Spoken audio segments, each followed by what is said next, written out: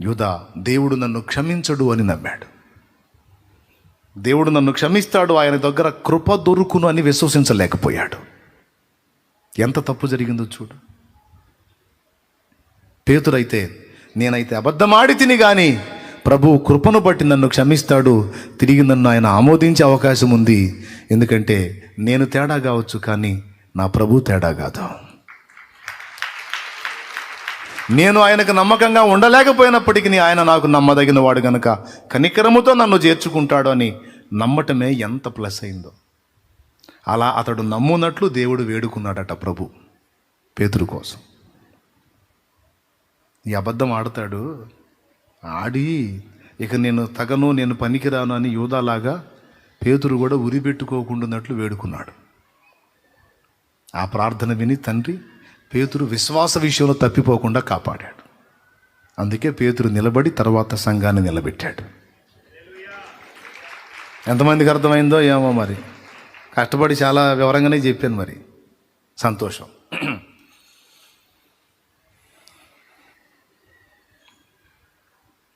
మొట్టమొదటిది ఏం చెప్పాను? ఎందుకు మనల్ని ఒంటరిని చేస్తాడు? తల్లుల వలె తండ్రుల వలె మనం ఎదుగునట్లు, అనుభవాలు గడించి బాధ్యతలు మనం ఎరిగి ఇతరులకు నేర్పునట్లు మనల్ని ఒంటరిగా చేస్తాడు. రెండవది జాతి నిర్ధారణ కొరకు. ఎంత నాటుకోళ్లతో తిరిగినా నెమ్మళ్ళు వాటి ఏదొచ్చేటప్పటికి ఉండవు. అవి వాటి ప్లేస్ వేరు, ఎగిరిపోతాయి అంతే. పెద్ద పెద్ద రెక్కలు జమ్మున ఎగిరిపోతాయి. చూడటానికి కూడా మళ్ళా రావు. నిజం, రాలా ఒక్కడు కూడా. 4 తెస్తే జంపు. తండ్రి సన్నిధిలో ఇప్పటిదా గింజలు తిన్నాం కదా, కొంచెం చూద్దామని మళ్ళీ తిరిగి రాలా. మన వ్యవహారం కూడా అంతే. ఈ మనుషుల మధ్యలో ఉన్నప్పటికీ వాళ్ళ మధ్యలోనే ఉంచి దానియేలును ఎందులో ఉంచాడు? భక్తుడైన దానియేలును బబులోనులో ఉంచాడు. కానీ చూసారా ఎట్లా ఉన్నాడు? బబులోనులో ఉన్నప్పటికీ ఇంకొక విచిత్రమైన విషయం చెబుతా. ఇప్పుడు నెమళ్ళు నాటుకోడితో తిరిగినాయి కదా, ఎంత నాటుకోడి గుడ్లు పొదిగినా ఆ నాటుకోడితో తిరుగుతూ అది తిన్నవన్నీ ఈ తినవు. మా మమ్మీ ఏంది ఏది పెడితే అది తింటుంది. అసలు మా మమ్మీ ఇదేనా డౌట్ వాటికి. అది తినేది మేము ఎందుకు తినలేకపోతున్నాం? తినవు. ఈ జాతి వేరు. నాటుకోడి ఏది పెడితే అది తింటుంది, నెముళ్ళు తినవు. దానికి సంబంధించిన ఆహారం దొరికితేనే తింటాయి. నాటుకోడి అట్టు కాదు. నీకు నేనేం వర్ణించేదిలే ఆ చండాలం. అన్యజనుల మధ్యలో లేదా లోకస్తుల మధ్యలో నిన్ను ఉంచుతాడు. బబులోనులో భక్తుడైన దానియేలు నుంచినట్టు, ఐగుప్తులో భక్తుడైన యోసేపు నుంచినట్టు తన భక్తులకు బబులోను ఐగుప్తుల అనుభవం అలాంటి వ్యక్తుల మధ్యలో ఉంచుతాడు. టెస్ట్, పరీక్ష. ఈ జాతి ఆ జాతే లేకపోతే నా జాతే? ఎంతమందికి అర్థమవుతుంది? కొంతమంది కుమిలి ఎడుతూ, ఎందుకు ప్రభా నన్ను ఇక్కడ పెట్టావు, ఈ దరిద్రుల మధ్య ఎందుకు పెట్టావు ప్రభా? ఆ ఏడుపు నీళ్ళు ఆ ఆవేదన వస్తుందంటే నువ్వు ఆయన చేతే. ఎందుకు పొసగట్లా, నువ్వు ఉండలేకపోతున్నావు, అల్లాడిపోతున్నావు? ఎందుకు? నీ జాతి వేరు. మిగిలిన వాళ్ళతో కలిసి ఉండలేవు. గొర్రెపిల్ల పందులతో ఉండలేదు. చిన్న పిల్లగా ఉన్న గొర్రె పిల్లల్ని పందులతో పెంచాడంట ఒకడు. సరే, ఈ పందే తల్లి అనుకొని తిరుగుతుంది. పెద్ద అయ్యే కొద్దీ టేస్ట్లు మారిపోతాయిగా. తల్లి అనుకుంటుంది గొర్రెపిల్ల పందిని చూసి, ఇది పోయి ఆమె బురదలో పడుతుంది. గొర్రెపిల్లకి డౌట్, అదంటే నాకు చీదరపడుతుంది, మా మమ్మీ ఏంది ఎగిరి దూగుతుంది దానిలో. దీనికి డౌట్ ఏదో మొత్తానికి తేడా ఉంది, ఇది మా మమ్మీ కాదని. అదేమో కనపడ్డ చెత్త అంతా తింటుంది. ఎక్కడ పెడితే అక్కడ ఏది పెడితే తినేస్తాం. గొర్రెపిల్లకి డౌట్, ఇది ఏది పెడితే తింటుంది, నేను ఏది పెడితే తిన్నాను కదా. జాతి తేడా. ఇప్పుడు నీవేందో ఆయనకు అర్థం కావాలి కదా, క్లారిటీ తీసుకోవాలి కదా. దూతలకు అర్థం కావాలి, మిగిలిన వాళ్ళకి అర్థం కావాలి. అందుకే ఎక్కడుంచిన బలురక్కసి చెట్లలో వల్లి పద్మము కనబడినట్లు స్త్రీలలో నా ప్రియురాలు కనపడుతుంది అన్నాడు. అతడు ప్రత్యేకమే, ఆమె ప్రత్యేకమే. ఒకవేళ శోధనలో వాళ్ళ సాంగత్యంలో ఉన్నప్పటికీ ఆ వస్తువు నాది ఉండలేడు. చూడువాడు అక్కడ. జాతి ఏదో తేల్చుకోవాలి. రెండవ కారణం, ఈ రెండు సంగతులకి అయిపోయింది కూటం. ఇంకా బోల్డ్ అన్నీ ఉన్నాయి. ఎందుకు మనల్ని దేవుడు ఒంటరిని చేస్తాడు? మూడవది, మనమే పోరాడి గెలవాలి. పోరాటం నేర్పటానికి. మనం ఏ కాడికి ఏం చేస్తుంటాం? నన్ను నీ సాటు పెట్టుకో, పొద్దుగోకులు నీ సాటు పెట్టుకో, నువ్వు ముందు పోయి అన్నీ వైనం చేస్తావు, నీ వెనకబడిని వస్తూ ఉంటావు. అప్పుడు ఇక నువ్వు జయించేది ఏందిరా, నీ పోరాటం ఏందంటాడు. నేను పోరాటం లేదు, ఏం లేదు. ఆ జయం కూడా నువ్వే జయించుకో, బహుమానం మాత్రం నాకు. ఐసా నా హీ హోతా బేటా, ఐసా నా హీ హోతా. స్టార్టింగ్లో నేను ముందుండి నిన్ను నడిపిస్తా. కొంచెం కాలం అయిన తర్వాత నా సన్నిధి నీకు ముందు కాదు, నీ వెనకుంటా. ముందుకు నువ్వే వెళ్ళాలి. హల్లెలూయా. నాకు తెలిసిన ఒక తండ్రి కొడుకున్నారు. రన్నింగ్ రేస్ పోటీలకి కొడుకును సిద్ధం చేయడానికి తండ్రి ముందెళ్ళి ఉండేవాడు. ఫలానా ప్లేస్కి నేను ఉంటాను, అక్కడ రా అని. వీడు పరిగెత్తుకుంటూ అక్కడికి పోవాలా. అక్కడ కలుసుకొని కాసిన మంచినీళ్ళు ఇచ్చి కొడుక్కి తాగు అని నీళ్లు దాపి మళ్ళీ అక్కడి నుంచి నేను ఫలానా ప్లేస్లో ఉంటాను, ఆడకు రా అని తండ్రి ముందు అక్కడికి వెళ్ళి కొడుకుని రమ్మంటాడు. వీడు పరిగెత్తుకుంటూ ఆడికి రావాలా. ఇతను బండి మీద పోయి ఆడుంటాడు, వీడు సత్తాబదుతా పరిగెత్తుకుంటూ రావాలి అక్కడికి. ఇప్పుడు ముందెవరున్నారు, వెనకెవరు పరిగెత్తుతున్నారు? అది మధ్యలో నీళ్ళు ఇచ్చాడు, చెమట దుడిచాడు, వాడికి నాప్కిన్ ఇచ్చాడు, అన్నీ చేశాడు. పోటీ వచ్చింది. స్తోత్రం. ఇప్పుడు అక్కడ కూడా ఆయన వల్ల ఉంటాడా? అయ్యా అదారా నీళ్ళు చెమట దుడుచుకున్నాను అంటాడా? ఉండడు. కొడుకు పరిగెత్తుతుంటే వెంటబడి ఫాలో అవుతూ ఉంటాడు. ఇశ్రాయేలు అరణ్య యాత్రలో ఇదే జరిగింది. కొంతకాలం వాళ్ళ ముందుండి నడిపాడు, తర్వాత వారి వెనకున్నాడు ఆయన. స్తోత్రం. హల్లెలూయా. పిల్లి తన పిల్లల్ని నోటబట్టినట్టు కొంతకాలం ఆయనే నోటబట్టి తిరుగుతాడు. కొంతకాలం తర్వాత ఇక మనం కోతి పిల్ల అనుభవంలోకి. కోతి అనుభవం అంటే జిలాగు చేష్టల గురించి చెప్పట్లేదు నేను. కోతి పిల్ల, కోతి పట్టుకోతి పిల్లని, పిల్లే పట్టుకోవాలా. నీలో అది తీసుకొని రావటానికి నిన్ను ఒంటరిని చేస్తాడు. ఇక ఆయన ఎడంగా పోతుంటాడు, ఇక నువ్వు వెంటబడాలా. నిన్ను అడ్డగించే వాటిని అనేకమైన వాటిని నీకు ఆయనకి మధ్య రప్పిస్తాడు. హలో, లోతైన ఆత్మీయతను సాధన చేసే వాళ్ళకి మాత్రం ఇది అర్థమైద్ది. రకరకాలై రప్పించి ఆయన అవతల ఉంటాడు, నువ్వు యువతలో ఉంటావు. రమ్మంటాడు. నేను రాలేకపోతున్నా, రావాల్సిందే నువ్వు. నా వల్ల కాబట్టి నువ్వే చేయాలా, నువ్వే పోరాడాలి, రా. కావాలంటే బలాన్ని ఇస్తా, శక్తిని ఇస్తా, యుద్ధం మాత్రం నువ్వే చేయాలి.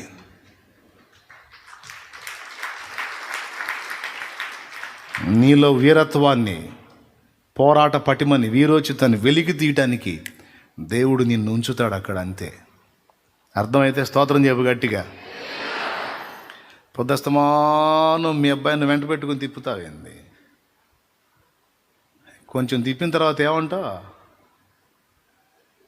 ఇప్పుడు సైకిల్ నేర్పేవాడిని, నేర్పేటప్పుడు ఎట్లా? ఫస్ట్ నువ్వే అన్నీ పట్టుకొని, ఇక వాడు హ్యాండిల్ చూసే పని లేదు, పడతాను అటు పడతాను అని చూసుకునే పని లేదు. అవి రెండు నువ్వే చూస్తావు.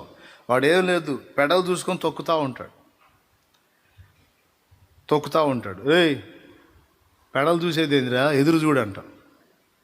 సరే అని తొక్కుతూ ఉంటాడు, ఎదురు చూస్తూ ఉంటాడు. అన్నీ నువ్వే. కొంచెం తర్వాత ఏం చేస్తావు? హ్యాండ్ పట్టుకో పడతానే. పట్టుకోరా, పడవు, నేనున్నాగా. పెడలు తొక్కుతా హ్యాండిల్.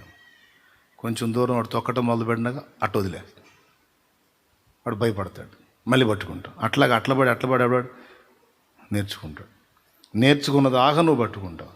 వాడంతా నేర్చుకొని తొక్కటం వచ్చే పొజిషన్లో కూడా వాడు పిలిచాడు అనుకో, నానా ఇంకా నువ్వే పట్టుకుంటే, ఎవడు రైడు, ఇంకా నేను పట్టుకునేది నువ్వే తొక్కాలి, నువ్వే పరిగెత్తాలి, ఇక నువ్వే. ఒక దశలో నేను నీకు అందుబాటులో ఉండి అవగాహన కల్పించా, నీకు ఇప్పుడు నువ్వే ప్రయత్నం చేయాలి, పోరాటం చేయాలి. పాపము చేసే ప్రదేశాలను, పాపం చేసే పరిస్థితులను నీకు అందుబాటులో తెచ్చి ఆ మధ్యలో ఉంచుతాడు నిన్ను. అక్కయ్యో బాగిన అక్కయ్య, అన్నయ్య బాగిన, నాకెందుకు వస్తున్నాయో ఏమంటావు, నాకేందో సైతం తెగ శోధించేస్తున్నాడు. ఆడు శోధించేయటానికి అనుమతించాడు. ఇక్కడ నీ చుట్టూ ఆ వలయాన్ని రప్పిస్తాడు. ఆ మధ్యలో నువ్వు పోరాడి రావాలా, బయటికి రావాలా, నువ్వే పోరాడాలా. హెచ్చరిస్తుంటాడు, వార్నింగ్ ఇస్తుంటాడు, తప్పించుకోమని చెబుతుంటాడు. రా, బయటికి రావాలా నువ్వు. అన్ని సంఖ్యలు బంధించినట్టు అన్ని సంఖ్యలలోకి నెట్టేస్తాడు. ఛేదించుకొని బయటపడమని పిలుస్తూ ఉంటాడు, రమ్మని. అదే జయం కొరకు పోరాటం. అపజయముల మధ్య వెనుకంజ వేయకుమా, పోరాడుచున్నది అంధకార శక్తులతో.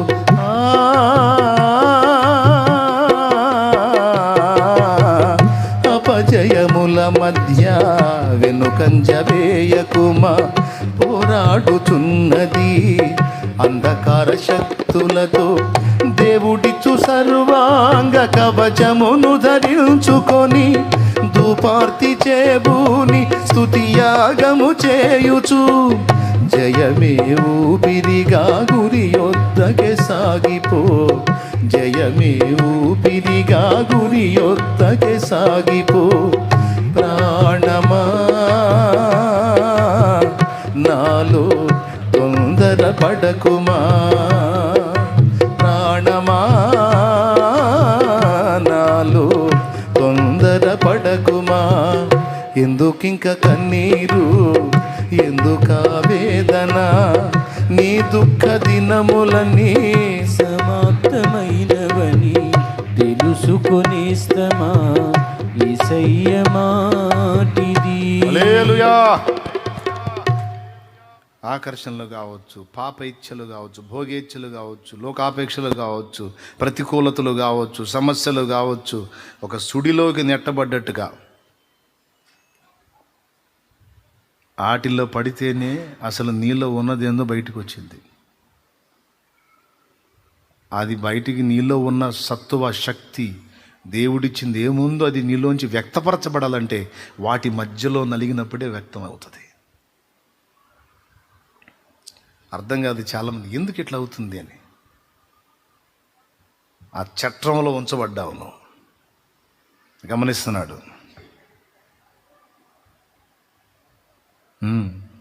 నీ ఎవ్రీ డే రికార్డ్ అవుతుంది అక్కడ, నీ ఎవ్రీ మూమెంట్ రికార్డ్ అవుతుంది అక్కడ. సైలెంట్గా గమనిస్తూ ఉంటాడు. ఏ ఘట్టంలో ఎలా స్టెప్ తీసుకుంటున్నావు, ఎక్కడెక్కడ ఎలా స్పందిస్తున్నావు, ఎంతవరకు చేంజ్ వచ్చింది, ఎంతవరకు నువ్వు ప్రతిఘటిస్తున్నావు, ఎంతవరకు ఎదురు తిరుగుతున్నావు, ఎంతవరకు నీలో పోరాట పటిమలో మార్పు వచ్చింది, అంత అబ్జర్వ్ చేస్తూ ఉంటాడు ఆ జగన్నాటక సూత్రధారి. కొన్నిసార్లు దెబ్బలు తిని గాయాలైనప్పుడు ఓదారుస్తాడు, భయపడవాలి, జస్ట్ కట్టుగట్టి వెళ్తాడు. మళ్ళీ నువ్వే తనులు తినాలి, మళ్ళీ ఫైట్ చేయాలి. మళ్ళీ పూర్తిగా అసలు నువ్వు మొత్తానికి పోకుండా మళ్ళీ వచ్చి కొంచెం అప్పుడప్పుడు అరుదుగా. ఇప్పుడు కూడా అప్పుడప్పుడు మనకు ఆయన సన్నిధి అనుభవం తగులుతుంటుంది చూడు. స్టార్టింగ్లోనేమో సమృద్ధి, ఇప్పుడేమో ఎప్పుడన్నా ఒకసారి బాగా మనకి హింసగా అనిపించినప్పుడు మాత్రం జస్ట్ అట్లా ఎంటర్ అయ్యి కొంచెం అట్లా తప్పించి మళ్ళీ పోయి కూర్చుంటాడు. లేకపోతే ఆయన అనుకున్న కొలతలోకి నువ్వు రాలేవు. కాబట్టి నెంబర్ 1 నీ జాతి నిర్ధారణ కొరకు. నెంబర్ 2 తల్లి వలె తండ్రి వలె ఒక పెద్దగా నిన్ను చేయుట కొరకు. నెంబర్ 3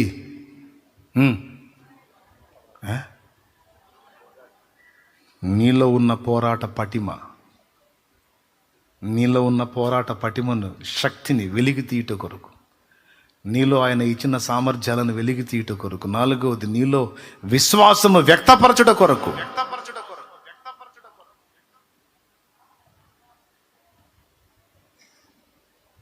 ప్రతి మెట్టులో నీ విశ్వాసాన్ని ఎలా వ్యక్తం చేస్తున్నావో ఆ విశ్వాసం వ్యక్తమవుతూ ఉంటుంది. కఠిన పరిస్థితుల్లోనే విశ్వాసం వ్యక్తమయ్యేది. అన్ని సజావుగా సాగుతున్నప్పుడు నువ్వు ప్రభువుని సేవించటం విశ్వాసం ఎలా అవుతుంది? మళ్ళీ చెప్తా, అన్ని సజావుగా సాగుతున్నప్పుడు నువ్వు ప్రభువుని వెంబడించడం సేవించటం విశ్వాసం ఎలా అవుతుంది? ఎలా బయటపడుతుంది? అన్ని రివర్స్ అవుతున్నప్పుడు నువ్వు ప్రభువుని విశ్వసిస్తావు చూడు, ప్రతికూలతల్లో విశ్వసిస్తావు చూడు, ఆ ప్రతికూలతలోనే నీ విశ్వాసం అనేది నిగ్గుదేలుతుంది, వ్యక్తపరచబడుతుంది, బహుమానం పొందనర్హమవుతుంది. ఏమంటున్నాడు? శోధింపబడిన మీదట నేను సువర్ణమై మారెదను. శోధింపబడిన మీదట నేను సువర్ణమై మారెదను. నేను వెళ్ళే మార్గము నా యేసుకే తెలియును. నేను వెళ్ళే మార్గము నా యేసుకే తెలియును. స్తోత్రం. నా కుమారుణ్ణి అంత కఠినమైన పరీక్షలో ఉంచాను నేను, అంత కఠినమైన చేదైన పరీక్షలో ఉంచాను నా కుమారుణ్ణి. దూతలారా, అనుకూలంగా ఉన్నప్పుడు అతను నాకు విశ్వాసం చూపుట కాదు, ప్రతికూలతలలో ఉండి కూడా నన్ను విశ్వసించాడు. ఇప్పుడు చెప్పండి, అతను బహుమానానికి పాత్రుడా కాదా అని అడుగుతాడు. ప్రతికూలతలలో, కఠిన పరిస్థితులలో తను ఊహించని చేదైన అనుభవాల్లోకి నెట్టేశా నా కుమార్తెని. అయినా నన్ను హత్తుకుంది నా బిడ్డ. హల్లెలూయా. అయినా నన్ను పెనవేసుకుంది నా కుమారి. దూతలారా చెప్పండి, నా బిడ్డ విశ్వాసాన్ని బట్టి ఇప్పుడు బహుమానానికి పాత్రురాలు కాదా? అవును తండ్రి, ఆమె బహుమానానికి పాత్రురాలు.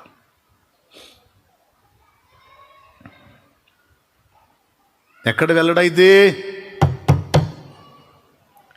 అనుకూలతలలోనా ప్రతికూలతలలోనా?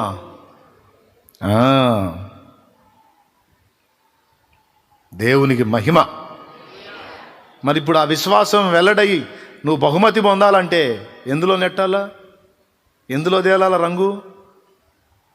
అది అందుకు ఒక దశలోనేమో నీకు అందుతాడు, మరో దశలోనేమో నువ్వే పోరాడంటాడు.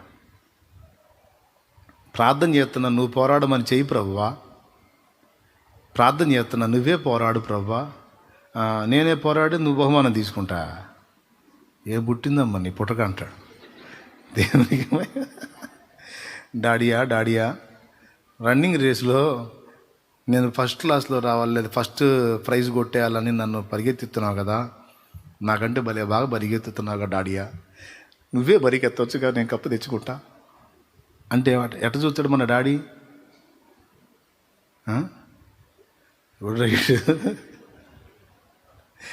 నేను నీకు అనుభవాలు నేర్పుతా, అక్కడ రన్నింగ్ పోటీలో నేను నీకుండను, ప్రత్యర్థులే ఉంటారు. హలో, నేర్చుకునే ట్రైనింగ్లో మాత్రమే నేను నీకు తోడుంటా. రంగంలోకి దిగిన తర్వాత ప్రత్యర్థులే ఉంటారు, నేను ఉండనురా. నేను పక్క నుండి చూడటమే. అక్కడక్కడ రేబాయ్ శబ్బాష్ చలో పరిగెత్తు అని చెప్పటమే మన పని. పరిగెత్తి ముందుకు పడతావో వెనక్కి పడతావో, ఏమవుతావో, గెలుస్తావో ఓడిపోతావో చూస్తా ఉంటా. ప్రోత్సహిస్తా, అవసరమైతే చేతులు ఊపుతా, అంతేగాని నేను లోపలికి వచ్చి నువ్వు పక్కకు వర నేను పరిగెత్తుతాను అనేదిలే. నేను పరిగెత్తితే నువ్వు బహుమానం తెచ్చేది ఏంద్రా? నువ్వే పరిగెత్తాలి, నువ్వే పోరాడాలి. ఆ అవగాహన కల్పించేంత వరకు నేను నీతో ఉంటా. తర్వాత నీ ప్రత్యర్థుల మధ్యలోకి దించుతా నిన్ను. ఇప్పుడు నీ ప్రత్యర్థులు ఎవరు? లోకాశలు, శరీరాశ, నేత్రాశ, జీవోపడంబం, భోగేచ్ఛలు, కామేచ్ఛలు, పాపేచ్ఛలు, ప్రలోభాలు, అన్ని అగచాట్లు, హింసలు, నిందలు, అవమానాలు, వ్యతిరేకతలు, ప్రతికూలతలు. నీ ప్రత్యర్థులు దయ్యాలు, దురాత్మలు, దుష్టశక్తులు, నీ ప్రత్యర్థులు. వీటన్నిటి మధ్యలో పెడతా నిన్ను. అర్థమైతే గట్టిగా స్తోత్రం చెప్పు. అర్థం కాకపోయినా చెప్పు.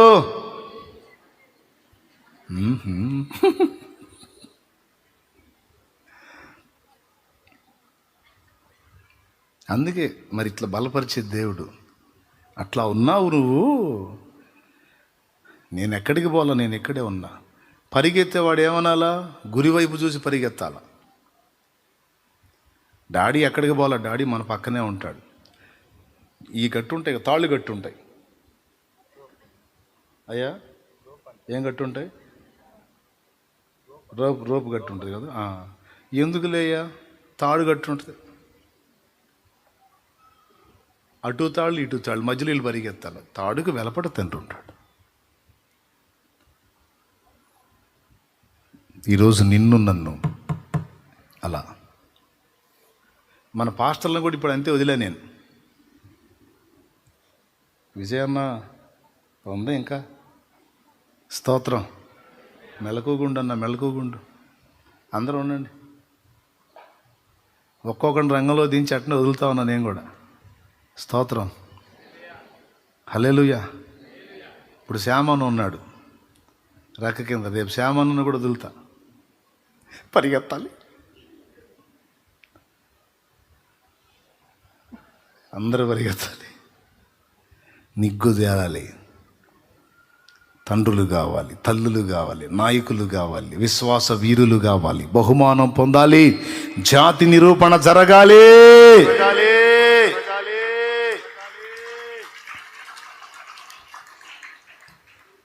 బబులోన్లో ఉంచాడు భక్తులను తీసుకెళ్ళి. ఈ అనుభవాలే. యూదాలోనేమో అందుబాటులో ఉండి అన్నీ తానయ్యాడు. ఆ అనుభవాలు నేర్పి దేవునితో కనెక్ట్ అయిన తర్వాత బానిసలుగా కొనిపోయేటట్టు చేశాడు. ఈ నలుగురిని అందులో చేర్చాడు. చేర్చి వాళ్ళని అసలు పట్టించుకున్నట్టు దేవుడు మౌనం అయిపోయాడు. విచిత్రం చెప్పనా? వాళ్ళని దేవుడు పట్టుకోలేదు. బబులోన్లో వాళ్ళే దేవుణ్ణి గట్టిగా హత్తుకున్నారు. హల్లెలూయా, హల్లెలూయా. బబులోన్లో వారే దేవుని హత్తుకున్నారు. రాజువైన నెబుకద్నెజరు, ఇందును గూర్చి నీకు ప్రత్యుత్తరం ఇయ్యవలన చింత మాకు లేదు. నువ్వు వేడిమి గల అగ్నిగుండాన్ని సిద్ధపరిస్తే అందులోంచి మమ్మల్ని కాపాడలేనంత చేతగానోడు కాదు మా దేవుడు. కాపాడకపోయినా పర్వాలా, మేమైతే వెనకడుగు వేసేది లేదు. మా విషయంలో ఆయన అపనమ్మకస్తుడు అయితే కానీ, ఆయన కాడు, అపనమ్మకస్తుడిలాగా చేస్తే చేయని, మేమైతే ఆయనకి నమ్మకంగా ఉండాలనుకుంటున్నాం. ఎక్కడ బయటపడింది వీళ్ళ నమ్మకత్వం? ప్రతికూలతలోనా అనుకూలతలోనా? అది అర్థం కావాలి. ప్రతికూలతలో బయటపడింది వీళ్ళ నమ్మకత్వం, వాళ్ళ విశ్వాసం. అనుకూలతలో ఏడ బయటపడింది? దానియేలు ఒకవేళ యోధాలోనే ఉన్నాడు అనుకో, షడ్రక్ మేషక్ అబేద్నెగోలు యోధాలోనే ఉన్నారనుకో, నీకు నాకు తెలిసేవాళ్ళ? అది అసలు రహస్యం. స్తోత్రం. నీకు నాకు తెలియరు ఇక వాళ్ళు. ఎందుకంటే వాళ్ళ విశ్వాసానికి అగ్ని పరీక్షలు లేవు. అక్కడ పోరాటం లేదు, ప్రతికూలతలు లేవు, నిందలు లేవు, అవమానాలు లేవు, ఎదురు దెబ్బలు లేవు, అగ్నిగుండం లేదు. యోధా దేశంలో హ్యాపీ. ఒక దానియేలు నీకెట్ట పరిచయం అవుతాడు? ఒక షడ్రక్ మేషక్ అబేద్నెగోలు నీకు ఎలా పరిచయం అవుతారు? వాళ్ళని దేవుడు ఘనపరచాలనుకున్నాడు. కొట్టు చప్పట్లో. చూడు, వాళ్ళని దేవుడు ఘనపరచాలనుకున్నాడు. రాబోతున్న తరాలలో అనేకులకు మాదిరిగా వాళ్ళని చేయాలనుకున్నాడు. కాబట్టే భక్తులను తీసుకెళ్ళి బబులోన్లో పెట్టాడు. స్టార్టింగ్ ఏమని మనం ఎత్తుకున్నాం? భక్తులకు బబులోను అవసరమా? భక్తులు బబులోనికి ఎందుకు? అది ఎందుకంటే ఇందుకు. మీరే ఆలోచించుకోండి. ఈ నలుగురు అక్కడికి వెళ్ళకపోతే మనకు తెలిసేవారా? వాళ్ళ నుండి పాఠాలు ఏమన్నా మనం పొందేవాళ్ళమా? వాళ్ళు మనకు తెలియాలంటే యోధాలో ఉంటే తెలియరు. సో వాళ్ళని ఎందుకు తెలిసి బానిసలుగా ఇబ్బందులకు, నిందలకు, అవమానాలకు, అగ్నికి అప్పచెప్పాడు? శ్రమలకి. వాళ్ళని ఆయన ఘనపరచాలనుకున్నాడు. వారి విశ్వాసాన్ని, వారి నమ్మకత్వాన్ని, వారి క్రమాన్ని. ఎంత ప్రేమ దేవుడంటే! రాజా, నువ్వు సింహాల బోన్లో వేస్తే సావనైనా సస్తా, నా దేవునితో మాట్లాడటం మానుకో అనే మాట నువ్వు అంటే నేను ఊరుకోను. నా దేవునితో మాట్లాడకుండా ఒక పూట గడపటం కంటే చావే నయం. క్షణమైన నీ నామం మరువకుంటిని, మరణమైన మధురముగా ఎంచుకుంటిని. తండ్రి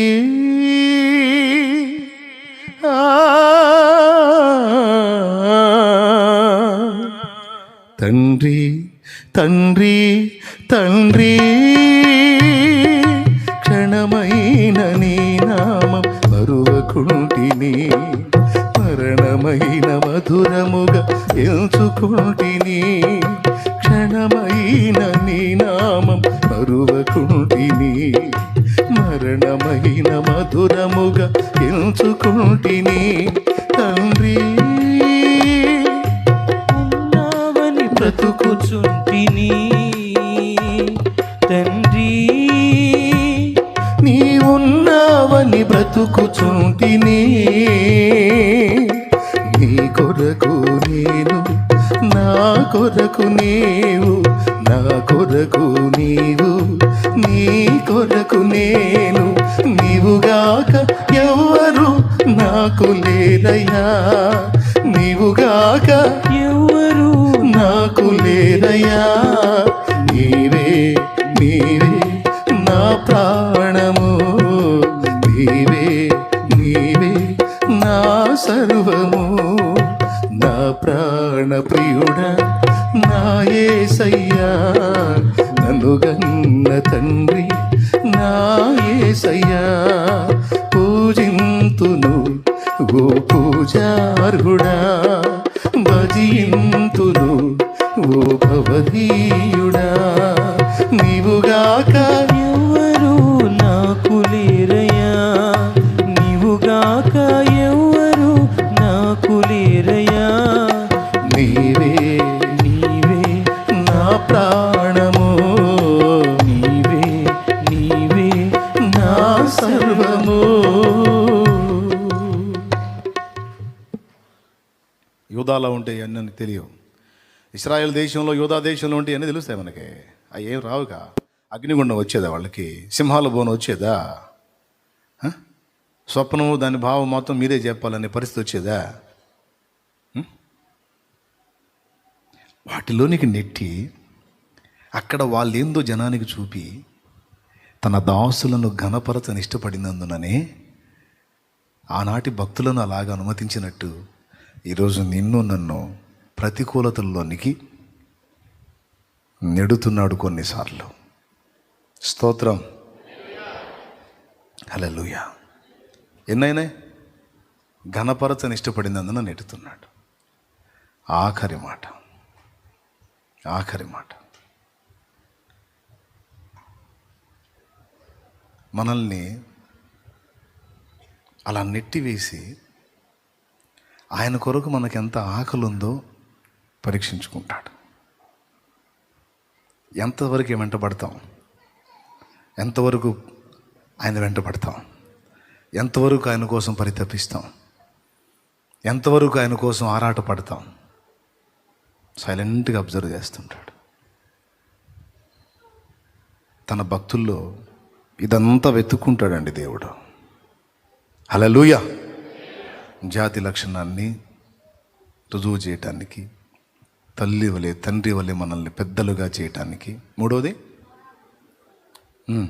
మనలో ఉన్నటువంటి పోరాట పటిమను చూడటానికి, మన విశ్వాసాన్ని వ్యక్తపరిచే అవకాశాన్ని మనకి ఇవ్వడానికి, బహుమతి మనకు అందజేయడానికి, ఘనపరచడానికి. రెండవది, ఆయన కొరకు మన హృదయంలో ఎంత ఆరాటం ఉందో, ఆసక్తి ఉందో, మమత ఉందో, ప్రేమ ఉందో తెలుసుకోవటానికి. ఇప్పుడు దానియేలు చూసి ఎంత మురిసిపోయి ఉంటాడండి దేవుడు. లాస్ట్ మాట, ఎంత ఆనందపడి ఉంటాడు. షడ్రకు మేషకు అబేద్నెగోలను బట్టి ఎంత మురిసిపోయి ఉంటాడు. నువ్వు అగ్నిగుండంలో వేసి మేము సాగుకు భయపడతాం అనుకున్నాను, నీ సస్తం అవసరమైతే. కానీ మా దేవుడు వద్దన్న పని మాత్రం, భూమి ఆకాశాల సృష్టికర్త, సైన్యములకు అధిపత్యక యెహోవాకు మాత్రమే మేము సాష్టాంగపడతాం, సాగిలపడతాం. ఇక ఏ దానికి మేము సాష్టాంగపడం, సాగిలపడం. ఈ మోకాలంటూ వంగితే ఆయన ముందే వంగాలి. అది ఒక యూదుడి రోషం. ఈ మోకాలంటూ సాష్టాంగ పడితే, ఈ మోకాలంటూ వంగితే అది నా ప్రభువుకి మొక్కటానికి మాత్రమే.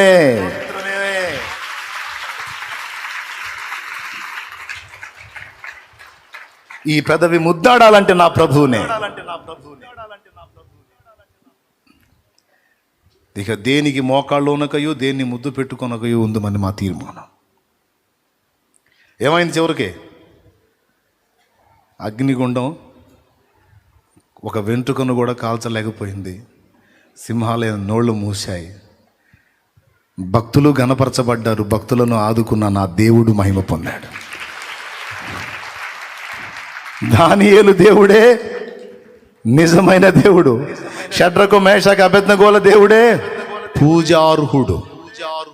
ఎందుకు దేవా నాకు ఈ పరిస్థితి, ఎందుకు నాకు ఈ ప్రతికూలత అని అడిగే ప్రతి ఒక్కరికి 6 సమాధానాలు. భక్తులకు బబులోను ఎందుకు, బబులోను చెరెందుకు? బబులోను 2 అనుభవాలు చూపిస్తుంది. 1 శ్రమ, 2 లోకం. ఎందుకు దేవుడు అనుమతిస్తాడు అందులోనికి మనల్ని? శ్రమ అనుభవానికి ఎందుకు అనుమతిస్తాడు?